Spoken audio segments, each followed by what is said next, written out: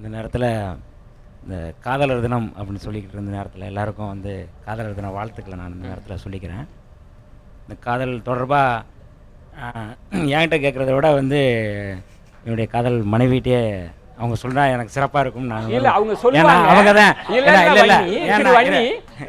அவங்ககிட்ட நான் கேட்குறேன், நீங்கள் காதலில் விழுந்த தனத்தை சொல்லலாம், மக்கள்லாம் கோச்சிக்க மாட்டாங்க, உங்களை அரசியல்வாதியை கடந்து பார்ப்பாங்க, அதுக்காக கேட்குறேன். நீங்கள் காதலில் விழுந்தீங்கல்ல அந்த தருணத்தில்? அவங்க தான் ஃபஸ்ட்டு எனக்கு காதல் சொன்னாங்க, அதனால் அவங்கள்ட்ட ஆரம்பிச்சு நான் கொண்டு வரேன். சரி சரி, இப்படி வரேன். அவங்க முதல்ல காதலை உங்கள்கிட்ட ப்ரொப்போஸ் பண்ணாங்கல்ல, நீங்கள் அதை எப்படி எடுத்துட்டீங்க? ஒரு காதலனா அதை எப்படி கையாண்டீங்க?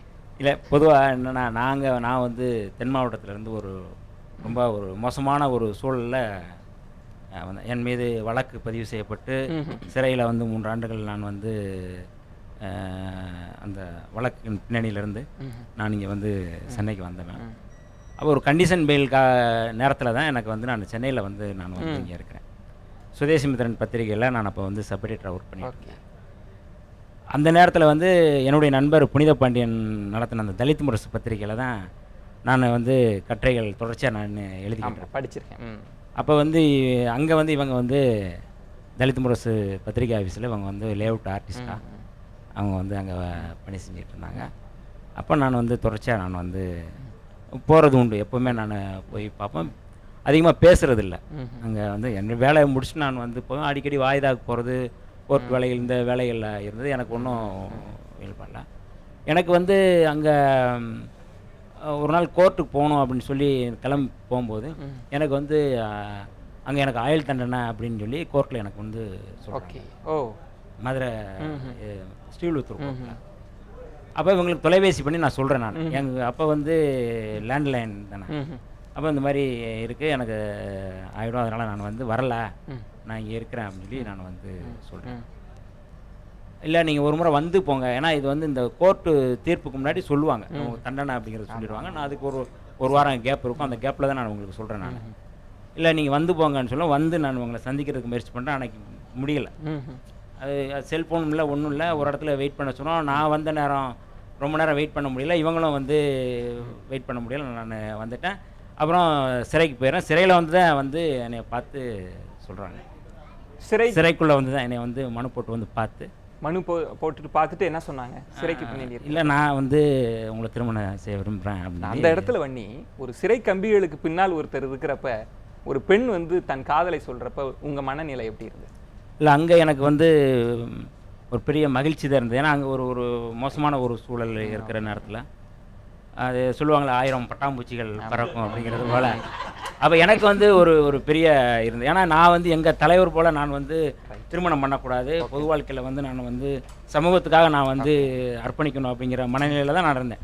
அன்றைக்கி எங்கள் விடுதலை சிறுத்தைகளில் வந்து யாருமே வந்து தலைவர் போல் திருமணம் பண்ணக்கூடாதுங்கிற மனநிலையில் இருந்தோம் நாங்கள். ஆனால் இவங்க அந்த சொன்னபோது நான் என்ன சொன்னேன்னா வந்து வெளியில் அது இந்த ஆயுள் தண்டனை அப்படிங்கிறது வெளியில் வந்ததுக்கப்புறம் நம்ம பார்க்கலாம் அப்படிங்கிற மனநிலையில் நான் இவங்ககிட்ட சொன்னேன். ஆனால் தொடர்ச்சியாக இவங்க பார்த்து இல்லை பரவாயில்ல, ஆயுள் தண்டனை ஆனாலும் பரவாயில்ல, நான் வந்து வன்னி வாழ்க்கை வரலாறு இன்னொரு பாயிண்ட் ஆஃப் வியூவில் எழுதுகிறப்ப சிறைக்குள் இருந்து 1000 பட்டாம்பூச்சிகள்னு எழுதணும். நான் வருகிறேன். அது ராய், உங்கள்கிட்ட வந்து என்னால் புரிஞ்சிக்க முடியல, கிட்டத்தட்ட திருமணமே வேண்டாம் அப்படின்னு இருக்கிறவரை உங்கள் காதல் கொண்டு கரைச்சிருக்கிறீங்க. என்ன மாதிரியான, ஏன்னா நீங்கள் ரியாலிட்டிக்குள்ளெல்லாம் இருந்து நீங்கள் பார்த்தீங்களா? ஒரு ஆயுள் தண்டனை, இவரை காதலிக்கிறோம், நம்ம வாழ்க்கையை கொடுக்குறோம் அப்படின்லாம் நீங்கள் யோசிக்கலையா? ரொம்ப நான் இந்த இடம் தான் கேட்குறேன், ஒரு பித்து நிலையில் இருந்து தான் காதலை பண்ணிக்கிட்டீங்களோ? எனக்கு அப்படி பித்துலாம் இவர் மேலே இல்லவே இல்லை. எனக்கு என்னன்னா, நான் தலித் முரசில் வேலை பார்த்துட்டு இருந்ததுனால ஒரு ஒடுக்கப்பட்ட சமூகத்திலேருந்து வராங்க. அப்படி அவங்க வரும்பொழுது என்ன ஆகுதுன்னா, தொடர்ச்சியாக வலிகளோடு தான் இருக்காங்க. அப்போது இவங்க யாருமே திருப்பி அடிக்கிறதே இல்லை, அடி வாங்குற ஒரு சமூகமாக தான் இருக்கிறாங்க.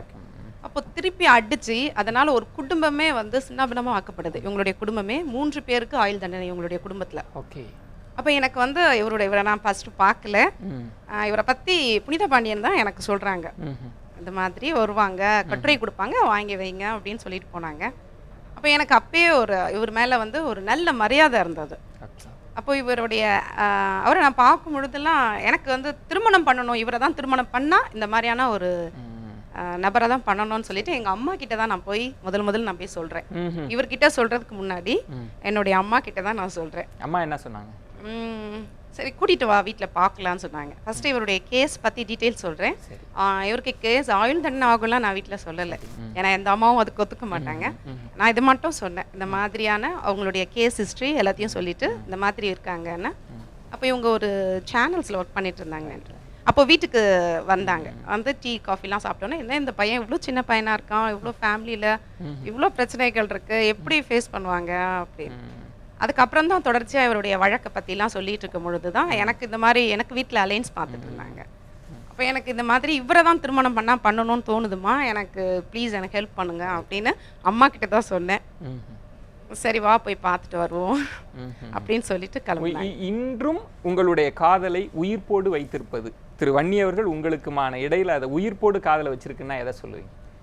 இவர் தான் என் மேல ரொம்ப அன்பா இருப்பாங்க. என்னோட அவர் தான் ரொம்ப ரொமான்டிக்கா, எல்லாமே இவர்கிட்ட இருந்து தான் நான் அதிகமா எனக்கு கிடைக்கும். சார் ரொம்ப ரொமான்டிக்னு இருக்காங்க, நான் அடுத்து கேட்க வேண்டியிருக்கோம் எப்படி அப்படின்ட்டு. நான் அடுத்து உங்கள்கிட்ட தான் கேட்கணும் சார். நான் என்னன்னா இவங்க எல்லாமே வந்து ஒரு கொள்கை சார்ந்து இருக்கிறாங்க, இவங்களுக்குன்று ஒரு பார்வை இருக்கிறது. அதனால தான் வந்து ஒரு சிறை கம்பிகளுக்கு பின்னால் இருந்தால் கூட பூர்வாங்கமாக ஒரு வாழ்க்கை இன்னொரு கண்ணோட்டத்தோடு பார்க்க முடியும். உங்கள் காதல் முகிழ்ந்தது நான் இன்னும் யார்கிட்டையுமே அந்த பித்து நிலையை என்னால் பார்க்கவே முடியல. உங்க வாழ்க்கையில் அப்படி இருந்ததா? ஏன் நீங்க அதுக்குள்ளே இல்லைன்றீங்க மேடம்? அவர் சொல்லுவார் மேடம், சொல்ல இல்லைங்கிறதா உண்மை, அதனால அட்வான்ஸா சொல்லிட்டாங்க.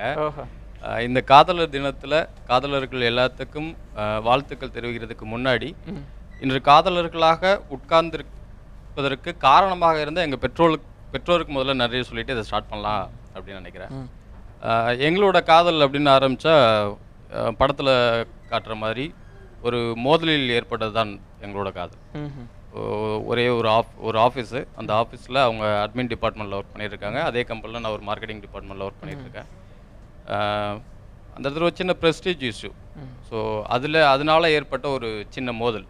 அந்த மோதலுக்கு அப்புறமா அவங்கள பார்க்குறப்பெல்லாம் ஒரு ஃபீல், ஐயோ அந்த மாதிரி ஒரு விஷயம் பண்ணிட்டோமே, நம்மளோட போஸ்டிங்கை வந்து அந்த இடத்துல ஹைப் பண்ணி அவங்கள அந்த மாதிரி ஒரு விஷயம் பண்ணிட்டோமே அப்படிங்கிற மாதிரி ஒரு ஃபீல். அதுலேருந்து ஸ்டார்ட் ஆனதுதான் எங்களோட விஷயம். அது என்ன மேடம், மோதல் வந்து பல சினிமாவிலே வேற வழி இல்லாம மோதலுக்கு பிறகுதான் காதலே காமிக்கிறாங்க. என்ன உங்களுக்குள்ள எப்படி அது மோதல் காதலான மாறின ரகசியம் என்ன எப்படி உங்களுக்கு அந்த காதல்? எனக்கு அந்த மோதல்லாம் ஒரு பெரிய விஷயமா தெரியல. எனக்கு அந்த மோதலே ஃபர்ஸ்ட் பார்த்த உடனே அந்த ஒரு அட்ராக்ஷன் இருந்துருச்சு மோதல்லையே. ஆமா, அவங்க வந்து அவ்வளோ கோவமா தான் வந்து, ஃபார் எக்ஸாம்பிள் சிம் கார்டு அது வந்து அப்போ ஃபெயில் ஆயிருக்கும். இந்த மாதிரி என்னோட சிம் கார்டு இந்த மாதிரி ஆயிடுச்சு, திடீர்னு நீங்க ஏன் கரெக்டாக வந்து இது பண்ணலை அப்படின்ட்டு வந்து டேபிள் முன்னாடி இப்படி விசிறுவாங்க. அவ்வளோ டென்ஷனாக தான் இருக்கும். பட் அதையும் மீறி ஒரு ஃபீல் அது என்னன்னா, ஆனா ஒண்ணுங்க, சினிமாக்காரவங்க எல்லாம் பொய்யா எடுக்கிறது இல்லை, உண்மையத்தான் எடுக்கிறாங்கன்னு நினைக்கிறேன் நான். சொல்லுங்க. அந்த ஒரு ஃபீல் இருக்கும். அதெல்லாம் நான் இப்பதான் நான் உணர்றேன், டைம் ஆக மேபி. அப்பெல்லாம் நமக்கு ஒரு கோமே வரலையே, எதுக்கு நமக்கு தெரிஞ்சிருந்தது போல இருக்கு, இவங்க தான் அப்படின்னு ஒரு பல்ப், அது ஒரு பல்ப் எரிஞ்சிச்சு போல இருக்கு அப்படின்னு. அதான் சார், ஆக்சுவலா பேரண்டான இளைஞர்களுக்கு காதல் அப்படின்றது வேற, ஒரு பேரண்டல் வியூலேருந்து பார்க்குறப்ப ஒருவேளை பார்க்கக்கூடிய நேயர்கள் நினைச்சிருக்கலாம், நீங்க நிச்சயம் காதலை எதிர்த்து பேச தான் வந்திருப்பீங்களோன்னு நினைச்சிருக்கலாம். காதலை எதிர்த்து பேச தான் வந்திருக்கீங்களா? இல்ல, முதல்ல என்ன காதலரா அங்கீகரிக்க மாட்டேன்ட்டீங்க, அதுக்கு என்னுடைய கண்டனத்தை இல்ல கட்டாயம். அப்போ உங்கள் காதல் முகிழ்ந்த தருணத்தை சொல்லிட்டு சொல்லுங்க சார். அதாவது நானும் ஒரு 7 ஆண்டுகள் காத்திருந்து இந்த பெண்ணை கல்யாணம் பண்ணிக்கணும் அப்படின்னு காத்திருந்து, அவங்க +2 படிச்சுட்டு இருந்தாங்க, எனக்கு 25 வயசு. அவங்க அப்போ தான் +2 எழுதுறாங்க. அவங்கள்ட்ட நான் பார்த்த 3ஆவது நாளே கேட்டேன், என்னம்மா என்ன கல்யாணம் பண்ணிக்கிறியா? ஆனால் அவங்க வந்து என்ன இப்படி கேட்டீங்க அப்படின்னாங்க. அப்புறம் 2 நாள் கழிச்சு அவங்க அக்காவோட வந்து சொன்னாங்க, எங்கள் அம்மா அப்பாலாம் ஒத்துக்கிட்டாங்கன்னா கல்யாணம் பண்ணிக்கிறேன். அது அவங்கள ஒரு பாதுகாப்பாக தேடிக்கிட்டாங்க, அவ்வளோதான். அப்புறம் அவங்க வீட்டில் இவங்க உறவினர் தான், அதனால் சரி இவனுக்கு கொடுக்கலாம் அப்படிங்கிற மனநிலை அவர்களுக்கு அப்பயே வந்திருக்கு. அப்புறம் நான் அவங்க படிக்கட்டும் அப்படிங்கிறதுக்காக அப்புறம் பேச்சுலர் டிகிரி முடிக்க, அப்புறம் பிஜி முடிக்க, அதன் பிறகு 1 வருஷம் கழிச்சு கல்யாணம் பண்ணேன். ஒரு 6 வருஷம் கழிச்சு 82லேருந்து 88 வரைக்கும் காத்திருந்து அப்புறம் எங்கள் குடும்பம்லாம் போய் கல்யாணம் பண்ணி வச்சாங்க.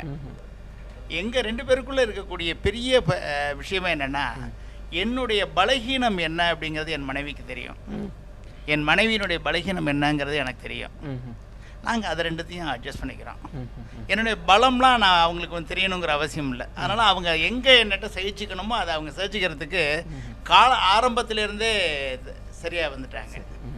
நான் என்னுடைய பொருளாதார ரீதியாக அப்போல்லாம் வந்து அடுத்த வேளை சாப்பாட்டுக்கு என்ன பண்ணுறது அப்படிங்கிற நிலையில தான் நான் 25 வயசில் இருந்தேன். இன்றைய நிலைக்கு காரணம் என்னுடைய மனைவியினுடைய ஒத்துழைப்பு, அவர்களுடைய வழிகாட்டுதல், என்னுடைய தொழிலில் அவர்கள் இருக்க உதவி. என்னுடைய நான் இப்போ ஒரு பதிப்பாளராக இருக்கேன். கிட்டத்தட்ட ஒரு 1500 புத்தகங்களுக்கு மேலே அவங்க பதிப்பாசிரியராக இருக்காங்க. அவங்க ஒரு WMA லைப்ரரி சயின்ஸ்லாம். இன்றைக்கும் உங்களுடைய காதல் எந்த அளவில் இருக்குன்னு கேட்டால் எப்படி சொல்லுங்கள்? அதெல்லாம் எந்த அளவுமே குறையவே இல்லை, அதெல்லாம் கிடையாது. இப்பயும் ரொமான்ஸாக எப்போ பார்க்கும்போது அவன் எனக்கு காதல் கிழத்தியாக தான் இருக்கான். இன்னைக்கு ஃபேஸ்புக்கில் கூட ஃபஸ்ட்டு நான் காதல் கிழத்தின்னு போட்டால் அது போயிடுச்சு. பரவாயில்லம்மா நான் காதல் கிழத்தி தான் போட்டேன்னு என் ஒய்ஃபு போட்டோவையும் என் ஃபோட்டோவையும் இன்னைக்கு ஃபேஸ்புக்கில் அப்டேட் பண்ணிட்டு தான். அதெல்லாம் அவங்க உடனே பார்த்துருவாங்க. நான் அவங்களோட ஃபேஸ்புக் அக்கௌண்ட் இருந்தால் கூட என் அக்கௌண்ட்டில் நான் யார்கிட்ட என்னென்ன பேசுகிறேன், என்னென்ன பதிவு பண்ணுறாங்கிறதெல்லாம் அவங்க கவனிப்பாங்க. அது என்னையே கவனிச்சுக்கிறாங்க, ஒருத்தவங்க பார்க்குறாங்கங்கும் போது நமக்கு நம்மளை வந்து சரி பண்ணிக்கும். இந்த மாதிரியான காதலர் தினங்கள்ல எல்லாம் வந்து இப்போ காலேஜில் படிக்கிறவங்க கொண்டாடுறாங்க, நீங்கள் எல்லாம் கொண்டாடுறீங்களா? ஐயா நான் காலேஜுக்கே போகலைங்க. காலேஜுக்கு போனால் உருப்பிட முடியாது அப்படின்னு நான் அப்போ ஒரு பயந்துக்கிட்டு நான் காலேஜுக்கே போகல. அதனால தான் என் மனைவியை மட்டும் அனுப்பினேன். எங்கள் வீட்டில் நிறைய பேர் டிகிரி கொண்டார். என்னுடைய பிரதர் 4 நம்ம வீட்டுக்கு உங்க வீடுகளில் வந்து பிள்ளைகள் எல்லாருமே காதல் திருமணம். என்னுடைய பையன் ஒரு சாதி மறுப்பு தலித் பொண்ணை தான் கட்டிட்டு இருக்கான். Okay okay. அவன் என்னைக்கு காதலிக்கிறேன் அப்படின்னு சொன்னானோ எனக்கு அந்த பொண்ணெல்லாம் அவளை பிடிக்கல. ஆனாலும் அவனுக்கு பிடிச்சிருச்சு. பிடிக்கிறது சரிதானா அப்படிங்கிறதுக்காக ஒரு 4 வருஷம் வெயிட் பண்ணி அவனுக்கு வந்து பிஸ்னஸ் ரெடி பண்ணி கொடுத்து அவனுக்கு எல்லாம் செட் பண்ணி கொடுத்து பையன் காதலிக்கிறானா, உண்மையிலேயே காதலிக்கிறானா அப்படின்ட்டு. பிறகு அந்த பொண்ணுகிட்ட பேசும்போது நான் அந்த பொண்ணுகிட்ட கேட்ட முதல் கேள்வியே, என் பையனை கல்யாணம் பண்ணிட்டு நீ சந்தோஷமா இருப்பியா? அவன் உடனே வந்து அந்த பொண்ணு சொன்னிச்சு நல்லா இருப்பேன். அப்புறமேல நீயே நல்லா இருப்பேன்னு சொல்லிட்டு அப்புறமேல எனக்கு என்ன பெரியாதில் தான் திருமணம் நடந்துச்சு. திருமணம் பண்ணி வச்சோம். உடனடியாக அதுக்கு முன்னாடியே வீடெல்லாம் வாடகை வீடெல்லாம் பார்த்து வச்சுட்டேன் அவங்களுக்கு. இப்போ அவங்களுக்கு சொந்த வீடு வாங்கி கொடுத்துருக்கேன். மேடம் நான் உங்கள்கிட்ட கேட்கணும், ரொம்ப உங்களுக்கான காதல் முகிழ்ந்த தருணம் எது? நீங்கள் அதாவது ஒரு பெண், நான் என்ன கேட்க விரும்புகிறேன் அப்படின்னா, ஒரு ஆண் தனக்கான துணையை தேடுகிற போது என்ன பார்வை இருக்கும், ஒரு பெண்ணுக்கான பார்வை அப்படின்றதுல இந்த அனுபவத்துக்கு பிறகு நீங்கள் எப்படி உணர்றீங்கன்றது தான் நான் கேட்குறேன். அப்படி சொல்ல முடியுமான்னு எனக்கு தெரியல. ஆனால் என்னுடைய வாழ்க்கையும் கவிதையும் எங்களோட இணைஞ்ச விஷயம். அந்த காலத்தில் வந்து காதல்னா என்னன்னுலாம் தெரியாது. எனக்கு எங்கள் வீட்டுக்காரர் அறிமுகமாக இருப்போ 14 வயசு. யாருக்கு? அவருக்கா உங்களுக்கு? எனக்கு 14 வயசு. எனக்கு வந்து ஒரு 7-8 வயசுல இருந்தே எங்கள் வீட்டுக்கு இந்த ஸ்கேவெஞ்சர்ஸ் வருவாங்க இல்லையா, அவங்களுக்கெல்லாம் கையில் தண்ணி ஊற்றுறது செய்கிறது அதெல்லாம் பயங்கர கடுப்பாக இருக்கும். அப்போ எங்கள் அம்மாட்ட நான் கேட்டேன்னா எங்கள் அம்மா வந்து பெரியவங்க அப்படி செய்கிறாங்க நாங்களும் அப்படி செய்கிறோம் அப்படின்றவாங்க. வீடு ரொம்ப மடியாச்சாரமான குடும்பம். அப்போ அண்ணன் வந்து ஒரு நாளைக்கு இவரை அறிமுகப்படுத்தினார். நம்ம வீட்டுக்கு பேப்பர் போடுறாருல்ல, அவர் தான் வந்து இந்த கவிதை எழுதியிருக்கிறாரு. ஹரிஜனங்களாம் நாங்கள் பரஜனங்களாம் அன்று தொட்டு இன்று வரை தனிஜனங்களாம்னு ஆரம்பிக்கக்கூடிய ஒரு கவிதை. அப்போ அதுதான் எனக்கு ஃபஸ்ட்டு அவர் கூட பேசுறதுக்கான ஒரு தூண்டுதலாக இருந்துச்சு. அதுக்கப்புறம் அப்படியே பழகிட்டு இருக்கிறப்போ நான் +1 முடிக்கிறேன். அப்போ ரிசல்ட் அப்போ அவர் எங்கிட்ட வந்து ஒரு கவிதை கொடுக்குறாரு. ஒரு சின்ன ரோஜா சிவப்பு ரோஜாவாகின்றால் தன் கண்ணால் அல்ல தன் கருத்தால் என்னை கவர்ந்த ரோஜா அப்படின்னு ஆரம்பிக்கிற ஒரு எப்போ கொடுத்தாரு சார்? எத்தனை வருஷம் முன்னாடி இருக்கும் மேடம்? 82 மே மாதம். இன்னமும் அப்படியே சொல்கிறீங்களே, எத்தனை முறை அதை உங்களுக்குள்ளேயே சொல்லி பார்த்துருப்பீங்க? எத்தனை முறை சொல்லி பார்த்துருப்பீங்க? அந்த மாதிரி காதல் மறக்க முடியாத காதல். இதை தான் அடுத்து, ஏன்னா நம்ம ரொம்ப சந்தோஷமாக காதல் நினைவுகளை புரட்டினாலும் கூட யதார்த்தம் அப்படின்னு வருகிற போது காதல் அதே மனநிலையோடு பயணிக்கிறதா, அல்லது யதார்த்த தளத்தில் காதல் எதிர்கொள்கிற பிரச்சனைகள் பற்றியும் நம்ம பேச வேண்டியிருக்கு. நம்ம ஒரு சின்ன பிரேக் அப்புறம் பேசலாம் அப்படின்னு நான் நினைக்கிறேன். இந்த புறத்திலிருந்து இளைஞர்கள் இருக்கிறாங்க, அவங்களுக்கும் சில காதல் வழிகள் இருக்கிறது. அந்த வயதுக்கே உரிய வழியாக இருக்கலாம். ஆனால் இவங்க காலகட்டத்தில் நான் மீண்டும் மீண்டும் ஒரு திரைப்படம், காதலர்கள் ஒன்று சேருகிறார்கள், அதோடு வணக்கம் அப்படின்னு போட்டு அந்த படம் வேண்டுமானால் முடிந்து விடலாம். ஆனால் அந்த புள்ளியிலிருந்து தான் வாழ்க்கை பயணிக்க ஆரம்பிக்கிறது. அந்த வாழ்க்கை என்பது உறவுகளோடு சம்பந்தப்பட்டு இருக்கிறது, இந்த சமூகத்தோடு சம்பந்தப்பட்டு இருக்கிறது. அதற்குள் இருக்கக்கூடிய வழிகள் எல்லாம் என்ன? பேசலாம் ஒரு சிறிய விளம்பர இடைவேளைக்கு பிறகு பொறுத்திருங்கள்.